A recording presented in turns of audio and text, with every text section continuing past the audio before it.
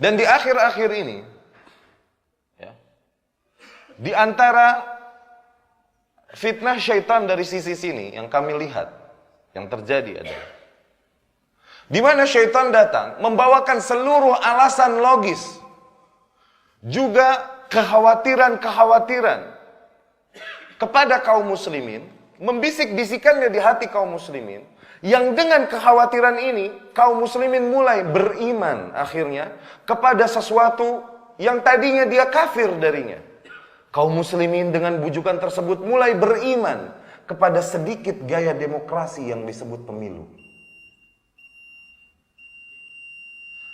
Datang dengan sejuta alasan dan sejuta berita yang wallahu a'lam datangnya dari mana.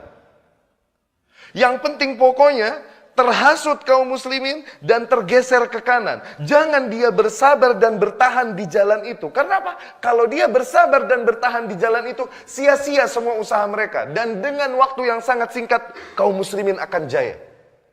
Apabila dia bertahan di manhaj yang hak, yang murni, yang dibawakan oleh Rasulullah SAW dan salafus salih. Ya akhi, 13 sinin, 13 tahun di Mekah diazab Rasulullah SAW dan para sahabatnya. Sabar. 10 tahun di Madinah, mulai pembentukan negara dan lain-lain. 10 tahun di Madinah Rasulullah SAW meninggal. Total berapa tahun sejak diutus sampai meninggal? 23 tahun. Sejak diutus sampai meninggal. Rasul meninggal, telah terbentuk sebuah negara Islam, negara Madani yang menjadi contoh peradaban dunia. Contoh keadilan dunia. Demi Allah, waktu yang sangat singkat, 23 tahun. Untuk perkembangan sebuah umat. Dari umat yang ditindas, yang ghuraba, yang sedikit, yang pemimpinnya dilemparkan kotoran.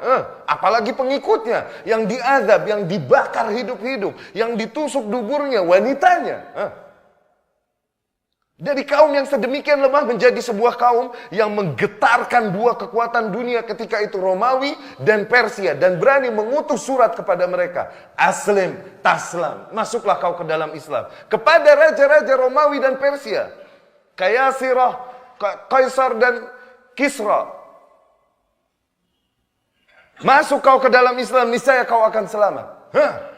23 tahun bertahan di atas manhaj ini. Allah janjikan hal itu.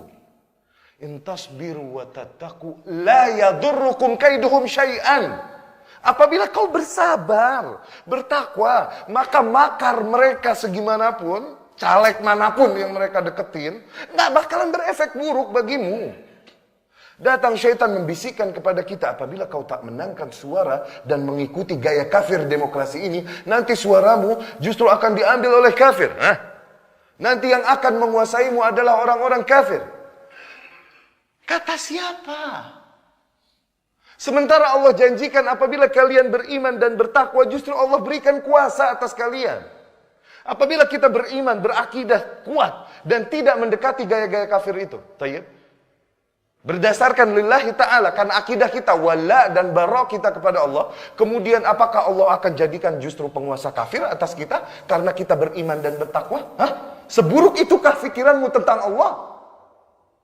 Allah janjikan kepada kita, wa'adallahu alladhina amanu minkum wa amilus salihat la yastakhlifannahum fil ard. Allah janjikan kepada kalian, orang-orang yang beriman dan beramal saleh, Allah akan berikan mereka kuasa di muka bumi. Bukan justru dikuasai oleh kafir dan zindik. Seburuk itukah prasangka kita kepada Allah? Apabila kita bertahan di atas akidah kita dan jauh dari sistem kafir ini, justru kafir yang akan menguasai kita? Seburuk itukah?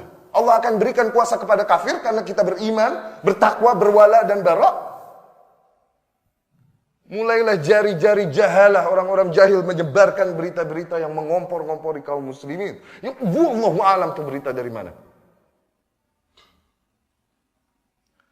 Demi Allah, jangan pernah mengira dengan memilih pemimpin yang mendingan, yang lebih baik, kemudian keadaan akan jadi lebih baik. Demi Allah, jangan. Bani Israel kanat tasusuhumul anbiya. Mereka selalu diasuh, diatur, diiringi oleh para nabi dan rasul. Kalimullah ya akhi, kalimullah. Kalimullah tahu, orang yang ngobrol sama Allah, kalam sama Allah. Hah? Musa alaihissalam yang mengatur mengasuh Bani Israel, pemimpinnya, oke? Musa alaihissalam terus jadi benar untuk kelakuan kaum. Manusia selevel Musa alaihissalam yang ngatur. Apa kita kira dengan mendatangkan pemimpin baik kemudian keadaan akan baik? Tidak, permasalahan bukan pada pemimpin siapa, tapi pada diri kalian. Sudahkah kalian memurnikan akidah, wala, bara, iman, tauhid, sunnah, sehingga pantas mengharapkan kebaikan dan maslahat yang terjadi?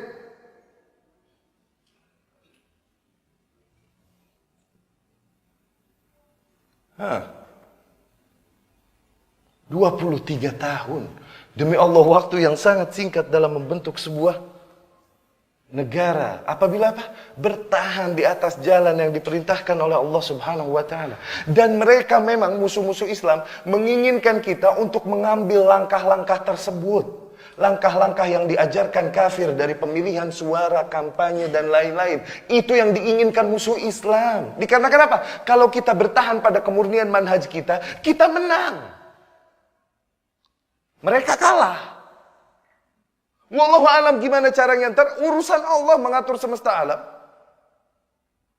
Ibnu Qayyim al-Jauziyah rahimahullah berkata dalam Thariqul Hijratain, laisa sya'nul makhluk bitadbir. Bukan urusan makhluk dalam pentadbir, mengatur alam semesta dan lain-lain. Bukan. Urusan makhluk adalah lihat pada diri sendiri, sudahkah aku memenuhi hak-hak Allah atas diriku?